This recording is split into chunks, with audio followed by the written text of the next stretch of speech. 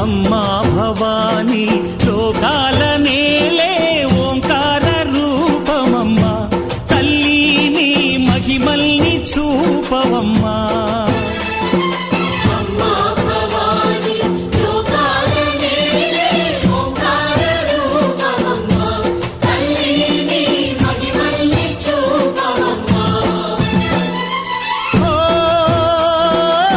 సృష్టికే దీపమా, శక్తికే మూలమా, సింహరథమే నీదమ్మా. అమ్మ దుర్గమ్మ భక్తులను దీవించుమా.